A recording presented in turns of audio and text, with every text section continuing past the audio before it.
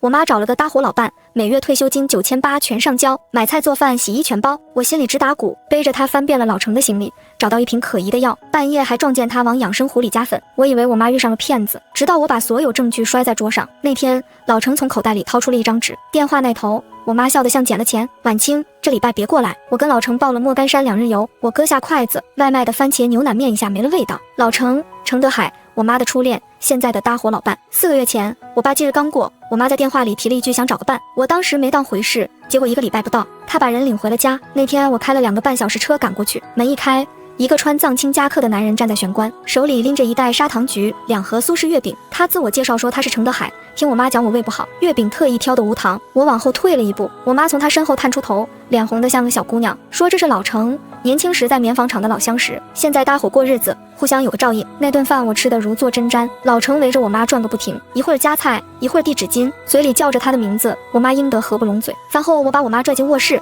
问她对这个人到底了解多少。我妈说40年的老相识还不够，那也得查查底细，万一图您房子呢？则人家退休前是实验小学的语文老师，每月退休金9800全交给他了，要图钱图谁不好？图他一个退休工人，那好歹去民政局登个记。你爸走了4年了，这4年我一个人买菜做饭、看病修灯泡，你工作忙顾不上他，我不怪你，但你也别拦着他找个能说话的人。我一个字都接不上。半个月后，老程正式搬了进去。从那以后，我每次打电话，我妈不是在跳广场舞，就是跟老程在公园遛弯，再不就是2个人在家包馄饨。她好像活过来了，可我心里总有根刺，说不清扎在哪儿。周6一早，我没打招呼，直接开车过去，到的时候不到8点，老程正在阳台上浇花，看见我笑着招呼：晚清来了，你妈在熬粥，坐会儿。我没动，我盯着茶几上一个玻璃罐，罐子里抛着不知道什么东西，黑乎乎的，水是琥珀色。我问那是什么，老程说是养生酒，他自己泡的，里面是红枣、党参、黑豆，让我妈喝点养气血。我说我妈血压高，能喝酒。老程愣了一下，说不烈，就是1小盅，活血用的。我妈端着粥从厨房出来，你管那么宽干什么？我自己有数。我没再说话，可那个罐子我记住了。吃早饭的时候，老程给我妈盛了一碗山药小米羹，碗底有点稠，我妈喝得很慢。老程坐在她对面，看着她喝完才动自己的筷子。他不挑食，吃得很素，一个煮鸡蛋，半碗粥，一碟酱瓜。吃完他主动收拾碗筷，我妈想起身，被他按回了沙发，说你坐着，我来。我妈笑着白了他一眼，那一眼里有东西，我没法形容，只是看着不像我熟悉的我妈。我妈这辈子在我爸面前没撒过娇。我爸苏建军是车工，话少，回家就坐着抽烟。我妈做了一辈子的饭，洗了一辈子的衣服，在我爸面前从来都是纸摇板说话，可他在老程面前整个人是软的。我看着他对着老程笑，心里更不是滋味。他63了，他不该这样，他应该带带外孙，跳跳广场舞，跟我爸的老照片说说话。他不应该喜欢上一个我不认识的男人。中午我借口公司有事，准备走，我妈送我到电梯口，拍拍我的胳膊，晚清，妈知道你不放心，妈给你时间，你慢慢看老程这个人到底怎么样。电梯门关上的瞬间，我看见他转身回去，走得很轻快。回到车里，我没有发动，我从包里掏出手机，翻出一个号码，韩雪，我大学同学，现在在民政局做办事员。韩雪，帮我查个人，程德海，66岁，本市人，户籍我等会儿发你。韩雪没问为什么，只说4天。4天后，韩雪把消息发了过来，程德海，66，退休前在实验小学教语文38年，无不良记录，无大额负债，名下有一套老房子在城东，老伴6年前因病去世，独生儿子在外地工作，是个建筑设计师，干干净净。我反复看了3遍，挑不出毛病，可我心里那根刺反而扎得更深了，太干净了。一个人干净到这种程度，反而像装出来的。我把消息截图存好，晚上我又开车过去，提了水果，说来看看我妈。我妈很高兴，张罗着做饭。老程在书房戴着老花镜，在写什么？我探头看了一眼，他在抄经，毛笔字工工整整，是《道德经》。桌上还摆着一沓写完的，叠得整整齐齐。他抬头看见我，笑了笑，退休了没事干，写写字定心。我没接话，转身去了卫生间。经过主卧的时候，我停了一下，门虚掩着，我推开一条缝，床收拾得很干净，床头柜上摆着一张照片，是我妈和我爸的合影。我爸穿着工装，我妈穿着蓝布衬衫，照片有点旧了，边角发黄。我心里堵了一下，他没把这张照片收走。我又看了一眼床头柜，柜子上还有一个药盒，是我妈的降压药，旁边放着一个小本子。我走进去，翻开本子，每一页都写着日期，旁边写着晨7点，一片，字是老程的，工整规矩，跟他抄经的字一样。他在帮我妈记录每天吃药的时间。我心里那根刺轻轻动了一下，但只是一下。我合上本子，转身时看见衣柜底下露出一个角，是个行李箱，老程的。他来的时候只带了一个箱子。我蹲下去把箱子拖出来一点，没锁。我屏住呼吸，掀开拉链，里面是衣服、几本书，一个老花镜盒。我把衣服翻了翻，夹层里有个东西，我掏出来，一个药瓶，标签印着葡萄糖酸钙片。我拧开瓶盖，里面不是钙片，是米黄色的胶囊。我数了数9粒，我的手有点凉。钙片瓶子里装着别的胶囊，这意味着什么？意味着它在掩人耳目。我把胶囊倒回去，拧紧瓶盖，原样放回夹层。走出卧室的时候，腿有点软。晚饭桌上，老程照例围着我妈转，夹菜、倒汤。慧兰，今天的鳊鱼有点咸，少吃点。我妈点点头。我看着她，看着这个超道德经记录吃药时间不动我妈和我爸合影的男人，看着他往我妈碗里夹了一筷子菜。我突然想到那个药瓶，9粒米黄色胶囊藏在钙片瓶里，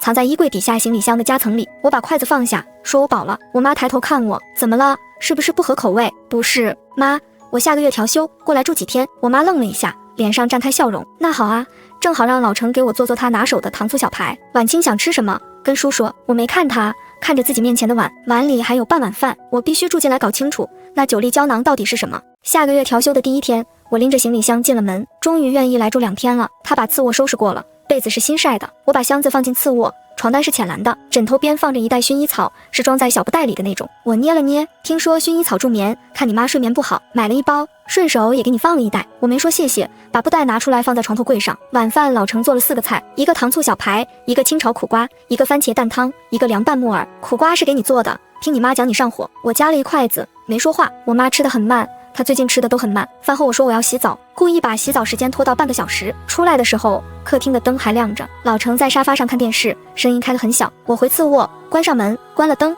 但我没躺下，我坐在床边，把门留了一条缝。11点，老程关了电视，去了卫生间。11点20，主卧的灯灭了，我盯着门缝等。凌晨1点40，走廊里有动静，我屏住呼吸，一个影子从主卧出来，轻手轻脚往厨房方向走。他没开灯，借着冰箱开门的光，从冰箱里拿什么东西出来。他在灶台边站了一会儿，然后端着一个杯子回了主卧。整个过程不到3分钟，我等他关了门才悄悄出来。冰箱开着一条小缝，他没关严。我打开冰箱，冷藏层最里面放着一个小密封袋，袋子里是深褐色的粉末，袋子上没有标签，我没敢动它，只用手机拍了照。回到床上，我翻开手机相册，照片里那袋深褐色的粉看着特别像中药粉，也特别像别的什么。窗外有车经过，车灯扫过天花板，一闪就过去了。我躺在床上睁着眼睛。第2天早上，我装作什么都没看见。老程问我吃什么早餐，我说粥就行。他煮了一锅瘦肉粥，放了一点点姜丝。我妈起得比平时晚，说昨晚睡得不错，那是薰衣草的功劳，也可能是养生壶里加了红枣的功劳。养生壶，我看了一眼厨房台面上那个养生壶，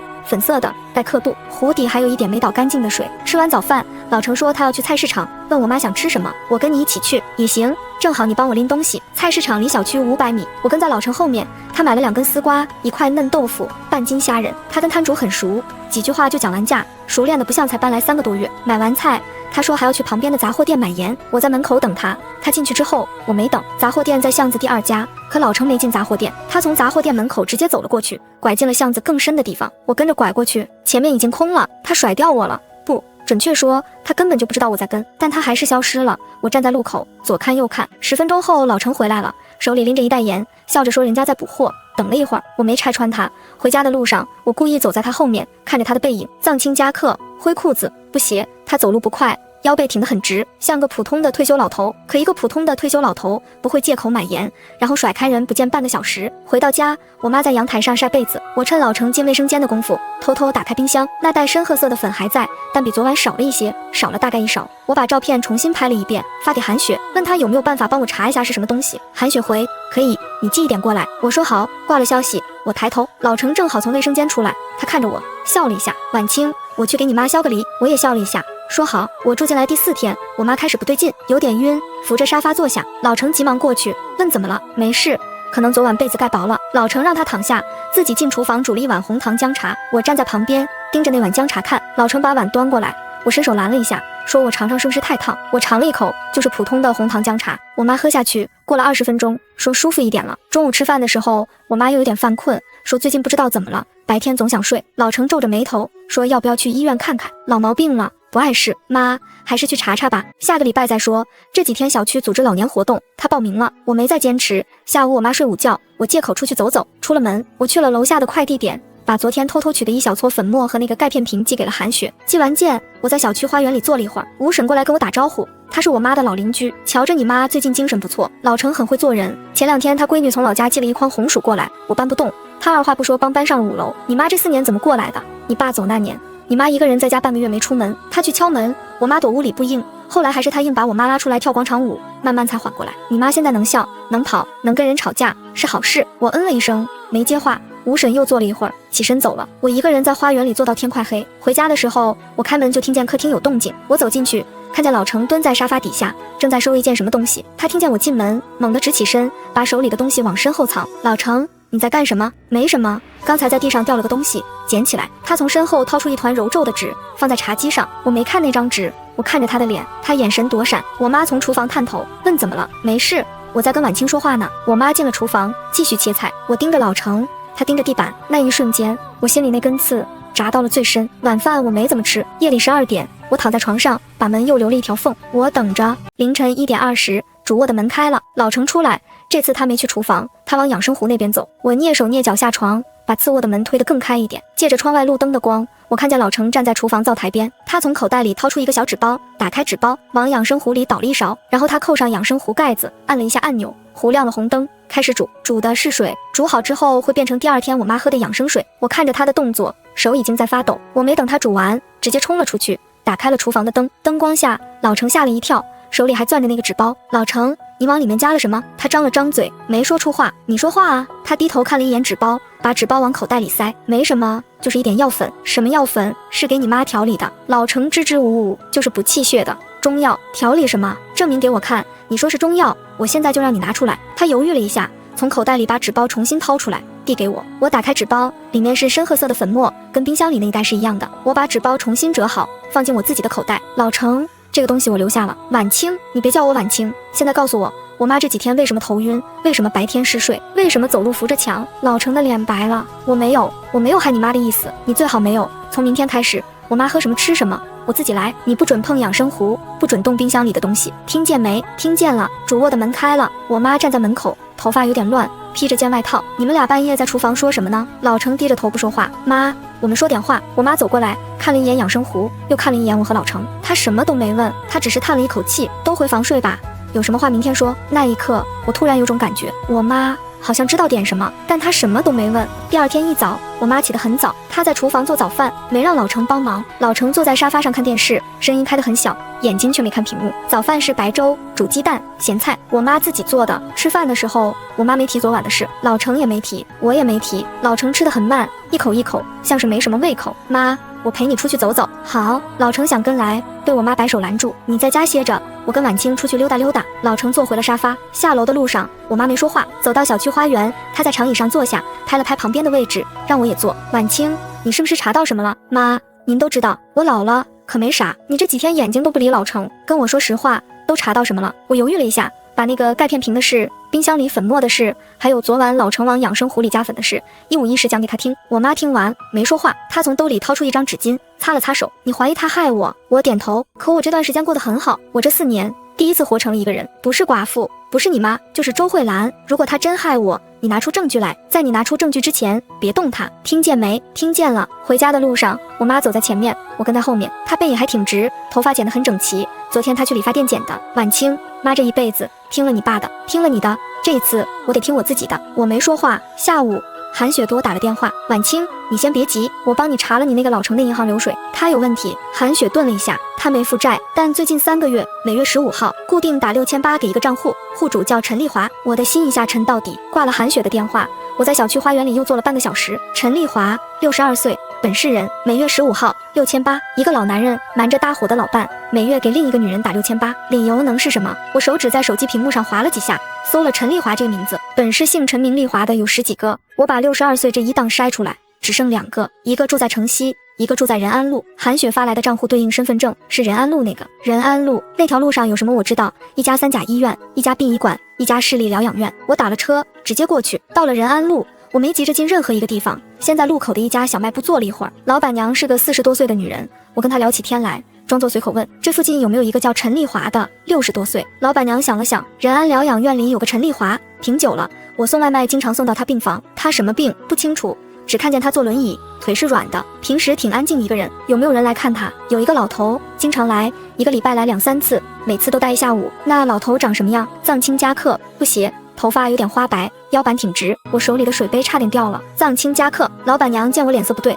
问我认识，我摇头。放下钱，起身就走。仁安疗养院在路尾，我没进大门，绕到侧面，从一个小门进了住院楼。我在2楼护士站打听陈丽华的房间号，装作是远房亲戚。护士看了我一眼，说308。我走到308门口，没推门，门是磨砂玻璃的，看不清里面。我贴在门边听，里面有说话声，很轻，但我能分辨出来是老程的声音。他在说话，我听不清说什么，只听见他笑了一下，然后是另一个女人很弱的声音，断断续续。我站在门外，手在抖。我退到走廊尽头的窗户边，从口袋里掏出手机，我把镜头放大，对准308的门口。我等了20分钟，20分钟后门开了，老程出来，手里端着一个空餐盒，他没回头，转身往楼梯口走。我按下了快门。照片里老程站在308门口，手里端着餐盒，门虚掩着，门里能看见一个女人坐在轮椅上的轮廓。我把照片存好，我没追老程，我在原地等他走远，才下楼。走出疗养院大门的时候，阳光晃得我眼睛疼。我在路边站了一会儿，给我妈发了条微信：妈，我今天有事不回去吃饭了。我妈回：好，你忙你的。她语气很轻松，我突然就有点喘不上气。那天晚上我没回我妈家，我在酒店开了个房间，我躺在床上把那张照片翻了一晚上。第二天早上6点，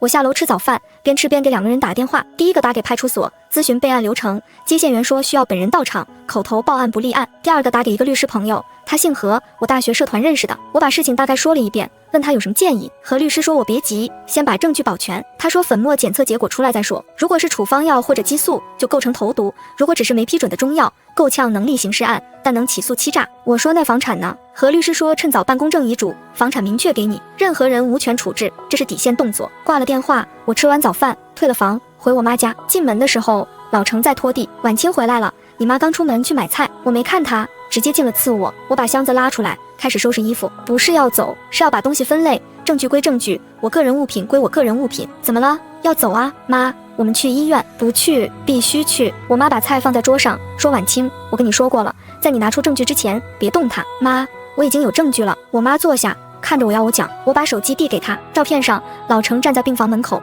门里有一个女人坐在轮椅上。我妈看着照片看了很久，她没说话。妈，这个女人叫陈丽华，62岁，住在仁安疗养院。老程每个月15号给她打6800，她一直瞒着您。我妈把手机还给我，起身去厨房洗菜。我跟过去说：妈，您听我说完。晚清，够了。她突然转过来，声音不大，但有力气。我让你别动她，你听见没有？我愣了一下，这是我妈这么多年第一次这样跟我说话。你帮我的方式是把我当成一个糊涂的被骗的老太太。我活了63年，我心里有杆秤。妈，他骗你，那是我的事，我跟他搭伙，我自己愿意。他骗我，我自己认。你只是我女儿，你不是我妈。那句话像一巴掌，我没接话。我妈关了水龙头，擦了擦手，从客厅拿了她的包。我们现在就去医院。老程从阳台进来，听见这话愣了一下。要不要我陪着？不用，声音很冷。老程没再说话，下楼坐车。一路上我妈没看我，到医院挂号抽血做心电图，排了一上午。中午检查结果出来，医生说血压偏高，血糖正常，血常规没异常，有点轻度贫血和电解质紊乱。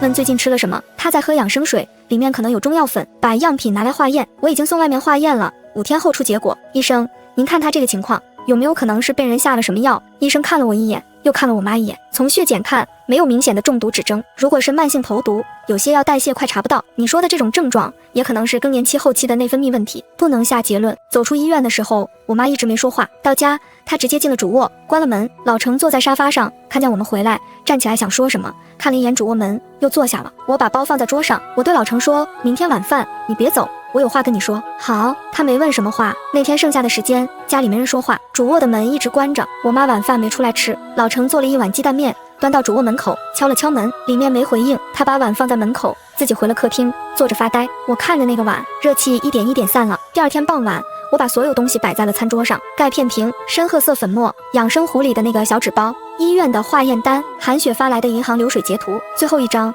是我在疗养院门口拍的照片。我妈坐在桌子一头，老程坐在另一头，我坐在中间。今天这个事我必须说清楚。我妈没说话，老程低着头。我把钙片瓶推到老程面前，这个是您行李箱夹层里翻出来的，标签是钙片，里面装的是米黄色胶囊。您为什么要把胶囊藏在钙片瓶里？老程看着那个瓶子没说话。我把粉末袋子推过去，这个是您冰箱里的深褐色粉末，每天晚上您半夜起来往我妈的养生壶里加。我妈眼皮动了一下。我把银行流水推过去，连续3个月，每个月15号您给一个叫陈丽华的女人打6800。我把那张照片推过去，这是昨天上午我在仁安疗养院308门口拍的，门里是陈丽华，门口是您。桌上所有的东西都推到了老程面前。老程一直看着桌面没动，过了很久，他抬起头，他看的不是我，是我妈慧兰。我妈也看着他。我妈说：“老程，你跟婉清解释。”老程低下头，从胸口的口袋里慢慢掏出一张折叠的纸，是一张普通的笔记本纸。他把纸放在桌上，推到我面前，纸打开，上面是手写的字，密密麻麻，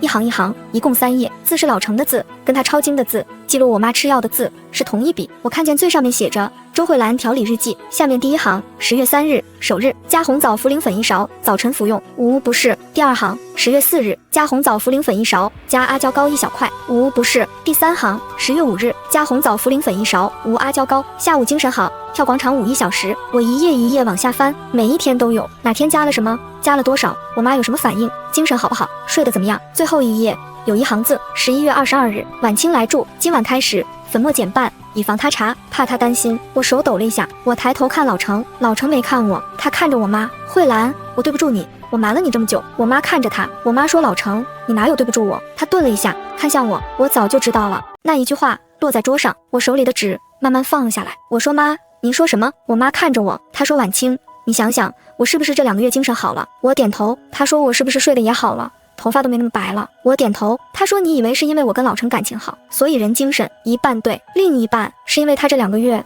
真的在给我调身子。”我说：“妈。”我妈说：“你听我说完。”她转头看老程，我妈说：“我没拆穿你。”老程的肩膀抖了一下。我妈说：“你害我，你不会半夜起来给我熬药，也不会瞒着我去看你嫂子。”老程抬起头，眼睛是红的。我妈说：“你嫂子的事，上个月我翻你抽屉，看见疗养院的收据了。”老程低下头，我妈又看着他，她说：“你这个人直。”老程的肩膀又抖了一下。我妈说：“你嫂子那事，你不告诉我，是怕我嫌你拖累。”她看着他，声音很轻，她说：“我不嫌，他是你哥的遗孀，他的病你一个人扛了8年，你没扛错。”我妈伸手放在老程的手背上，我就是想告诉你，你不用瞒了。老程低着头，眼泪掉在了桌面上，他没擦。我坐在中间，一句话都说不出来。我看着桌上那堆我推过去的东西，钙片瓶、粉末、银行流水、疗养院照片，每一件我都以为是铁证，每一件都不是。我想起前几天我妈在小区花园里跟我说的那句话：“你只是我女儿，你不是我妈。”我突然眼眶酸，妈，我对不起您。我妈伸手握住我的手，她说：“婉清，妈知道你是为我好，但你下次先问我，你妈活了一辈子，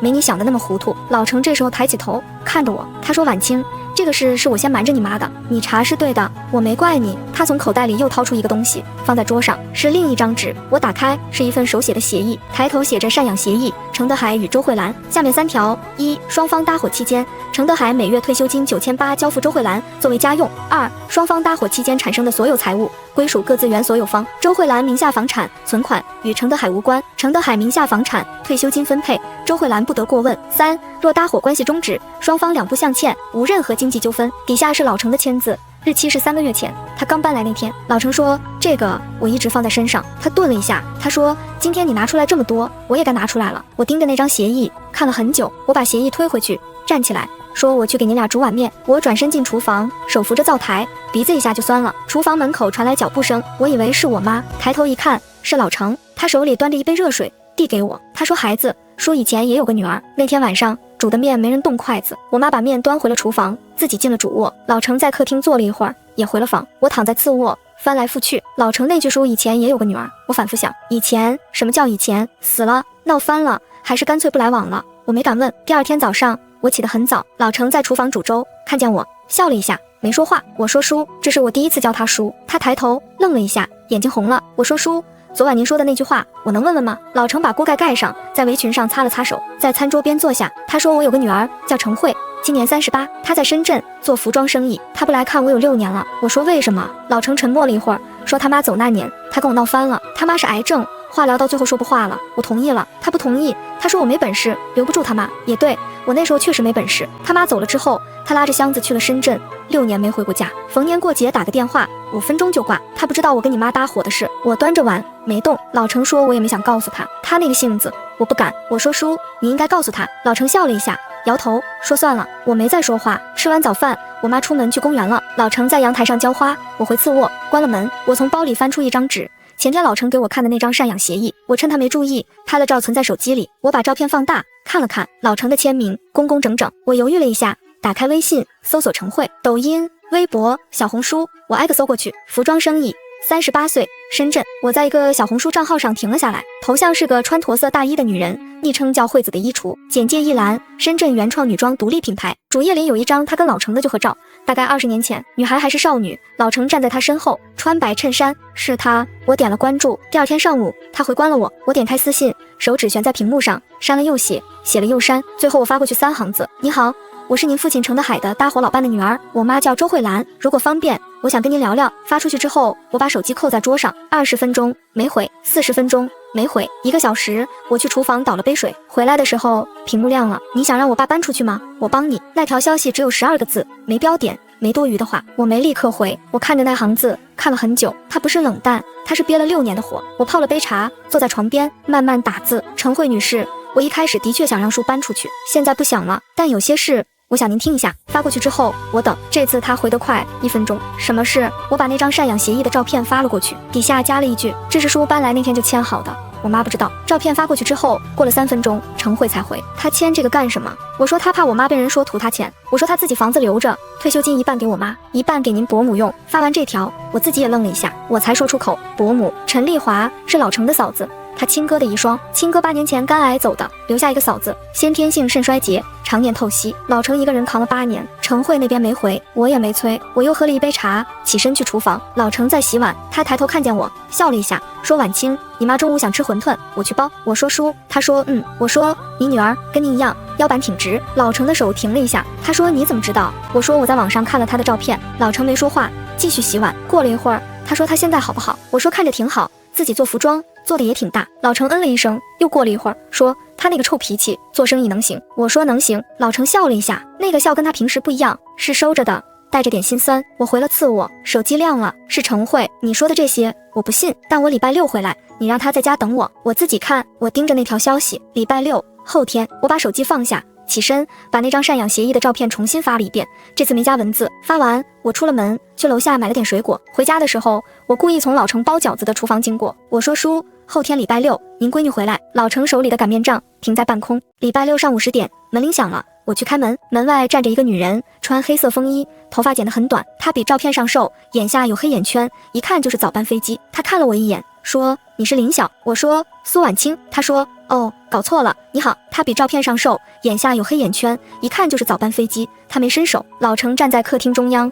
穿着干净的白衬衫，袖子卷到手肘。这件衬衫他平时不穿，挂在衣柜最里面。我前天看见他拿出来挂在阳台上晾过。他看着程慧，嘴动了动，没说出话。程慧没看他，直接走到沙发边坐下。他把行李箱推到一边。程慧抬头看了我妈一眼，声音很平。我妈从厨房出来，擦着手，笑着说：慧慧来了。她说阿姨好。我妈坐到她对面，说你爸念叨你6年了。程慧没接话，她从包里掏出一个文件夹，打开，她把里面的东西一张一张摆在茶几上。第1张，老程的退休金对账单，过去1年每月1万1。第2张，陈丽华的疗养费明细，每月6800。第3张，仁安疗养院的住院档案，陈丽华慢性肾衰竭，透析周期。第4章，他自己手写的几行字：我爸1年总收入13.2万，其中给伯母8.16万，占62%，剩余5.04万，平均每月4200元。他说这是我爸的钱。他抬头看我妈，说阿姨，你跟我爸搭伙，他每月把9800全给你做家用。我说不出别的，但你得明白，他自己的口袋是空的。他说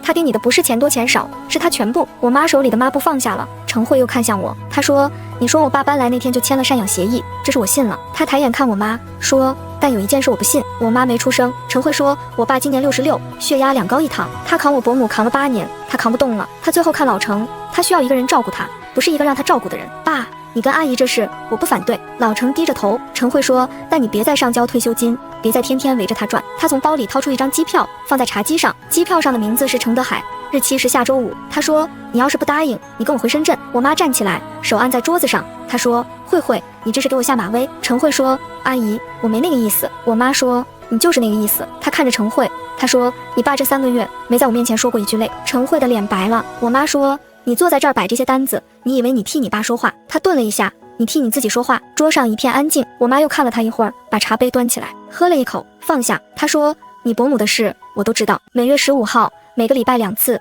抽屉里压着你20岁的照片。她说她一个字没跟你提过。程慧的肩膀抖了一下。我妈一巴掌拍在桌上，茶几上的玻璃杯震了一下，茶水洒出来一点。她说你算账，我跟你爸，我们俩从来不算账。程慧坐着没动。老程从沙发上站起来，走到我妈身边，把她按回沙发上，自己坐到中间。她说慧慧。程慧抬头，你妈走那年，你不让我放弃化疗，我同意了。她停了一下，她说你妈又遭了3个月罪，最后还是走了。程慧的眼泪一下涌出来。老程说，这6年我没怪你。他说，我也没要你回来，我只想跟你说一句，你妈走之前跟我说，要是有一天我能再找个人，她让我找。老程的眼眶红了，他说，你周阿姨就是那个人。那一刻客厅没声音，我站在厨房门口，手里端着的水果盘我都忘了端进去。程慧看着他爸，眼睛慢慢红了，他嘴唇动了几下，没出声。老程从口袋里掏出一张照片，放在茶几上。照片有点旧，照片上是一个女人，50多岁，坐在医院的病床上，身上插着管子，但她在笑。她身边坐着老程，老程那时候头发还没全白。女人手里举着一张纸，纸上是她写的字，字歪歪扭扭，写着，老程，我走了之后，你不许一个人。程慧看着那张照片，眼泪一颗一颗砸在茶几上。她伸手想拿照片，又收回去。她说，爸，声音哑了。老程嗯了一声。程慧接着问，我妈临终前那张字条，你怎么没给我看过？老程说，怕你看了你心里难受。程慧说，你这6年一个人。老程说，不是一个人，还有你伯母。程慧低着头，肩膀抖。我妈坐在她旁边，把手放在她背上，轻轻拍，谁也没说话。过了很久，程慧抬起头，擦了擦眼泪。她站起来，她绕过茶几，站到我妈面前，她弯下腰，鞠了一躬。我妈站起来，把她扶住。她说，阿姨，我刚才那些话我收回。我爸这6年，他需要一个人，他自己不肯找，他不开口。谢谢您。我妈站起来，把她扶住。我妈说，慧，你别这样，我受不起。程慧说，您受得起。她回头看老程，说，爸，我下周5的机票退了，我在家陪你住1个礼拜。老程嗯了一声，没说话，但他的肩膀松了。下午程慧帮我妈一起做了饭，4菜1汤，糖醋小排、清蒸边鱼、蒜蓉空心菜、红烧豆腐，加一个紫菜蛋花汤。吃饭的时候，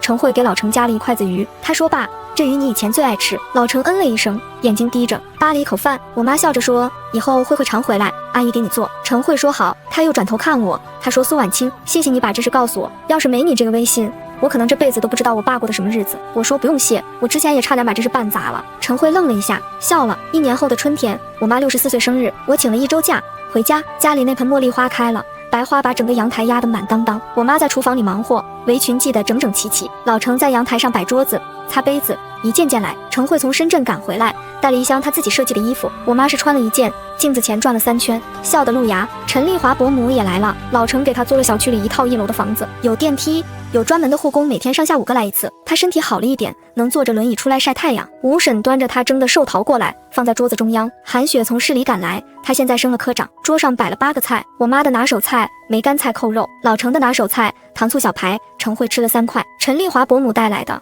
她在房子里自己腌的酱黄瓜清脆，吴婶蒸的寿桃，还有韩雪带的本地土特产咸鸭蛋。我下厨炒了1盘虾仁炒饭。吃饭的时候，程慧给我妈倒了1杯果汁，她说，阿姨生日快乐。我妈接过杯子点了点头。程慧说，我跟我爸商量过了，下个月你跟我爸办个手续吧，该领证领证。我妈愣了一下，看老程，老程低着头喝汤，耳朵尖红了。我妈说，慧不用了，搭伙就挺好。程慧说，搭伙是搭伙，领证是领证，你俩这岁数该有个名分。陈丽华伯母在轮椅上点头。老程放下汤勺，看我妈，他说，慧兰，你要愿意咱就办了。我妈没说话，她看了一圈桌上的人，老程、程慧、陈丽华伯母、吴婶、韩雪，最后她看我，我说，妈，您自己定。我妈低头喝了一口汤，过了一会儿说，办就办，反正都是搭伙。桌上的人都笑了。吃完饭，大家陆陆续续走了。我跟我妈坐在阳台上，一人一把藤椅，茉莉花的香味飘过来，浓得发甜。我妈手里端着茶，她说，婉清，妈这一辈子做过一件最对的事。我说，哪件？我妈说，你爸走那年，我一个人挺过来了，挺过来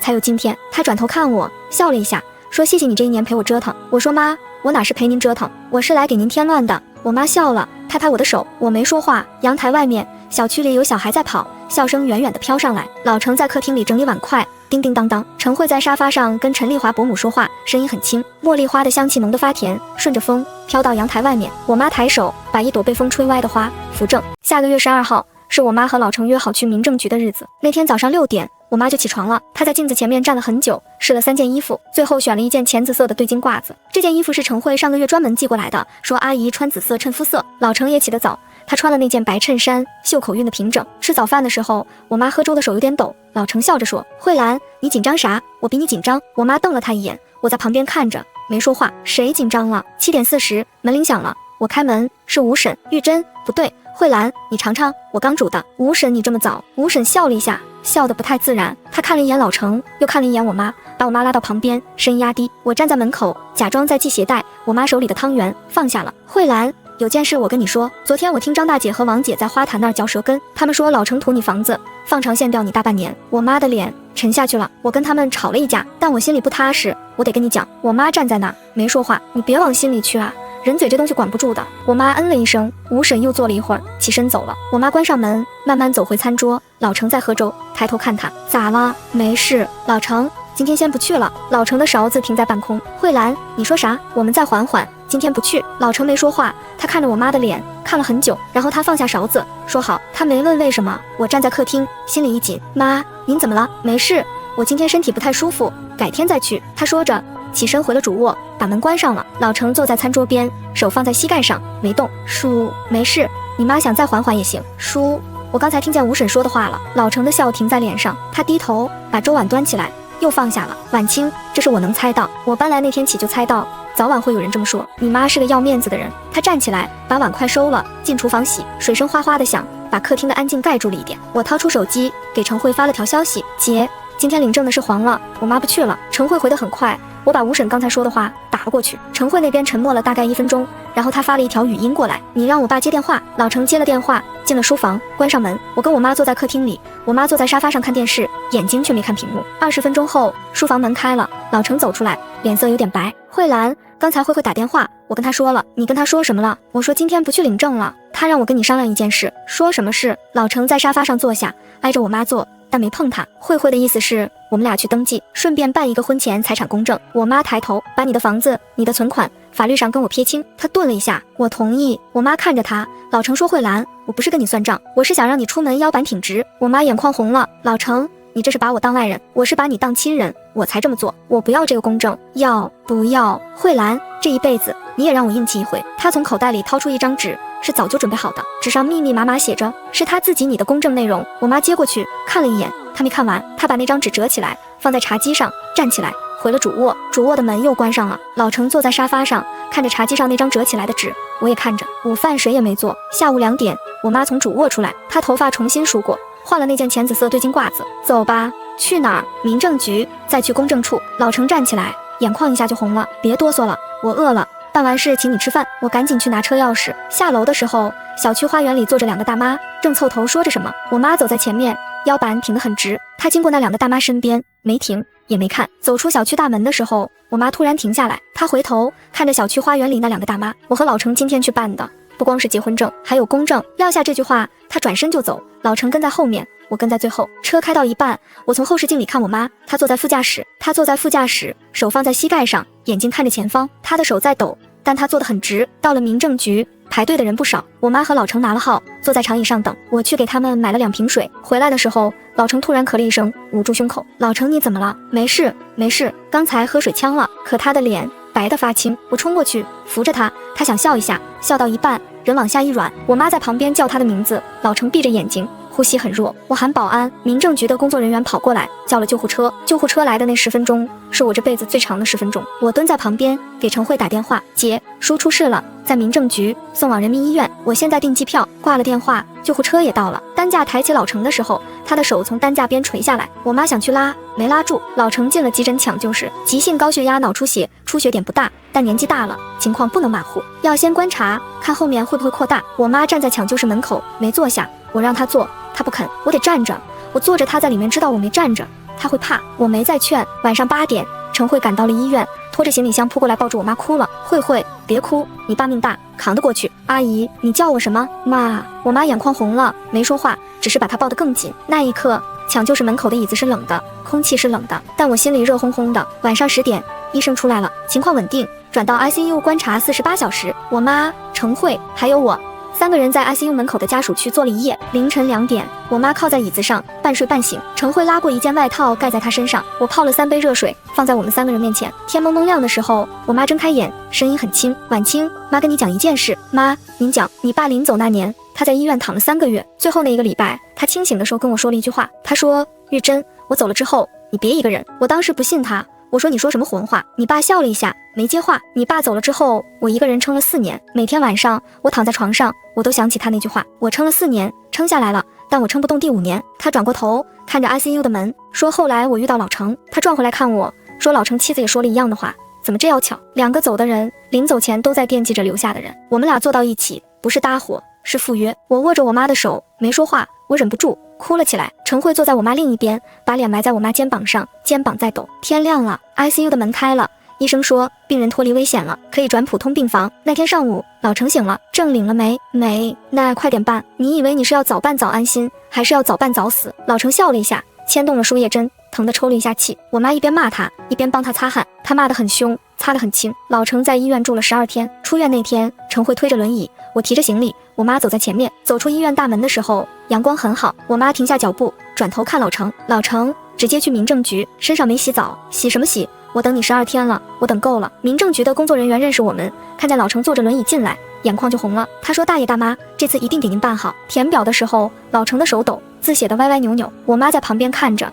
没催他。他写完，把笔放下，深吸了一口气。工作人员盖了章，把红本本递过来。老程伸手接，手抖，差点掉了。我妈伸手过来，扶住红本本的一角，老程的手扶着另一角，两双手把那本红本本一起拖住。那一瞬间，我站在旁边看着他们俩的手，我突然就明白了什么叫搭伙，不是搭着锅吃饭，是2个走过半辈子的人扶着对方的手一起走完。走出民政局，小区里那2个传闲话的大妈正巧路过门口，他们看见我妈和老程，愣了一下。我妈没看他们，推着老程的轮椅慢慢走过。老程坐在轮椅里，手里捏着那个红本本，像捏着一块金子。阳光从树叶缝里漏下来，落在他们俩身上。我跟在后面，看着我妈推车的背影，脚步稳稳的。她头发不算多，腰背也不算挺，但每一步都很稳。那天回家，陈慧在阳台上把那盆茉莉花搬到了客厅。阳台风大，花养在客厅，叔出院了能天天看见。老程在沙发上坐着，鼻子里还插着鼻饲管，看见那盆花笑了。慧，谢谢你，爸。以后我每个月回来一次。老程嗯了一声，没说话，眼睛亮亮的。我妈端着一碗粥从厨房出来，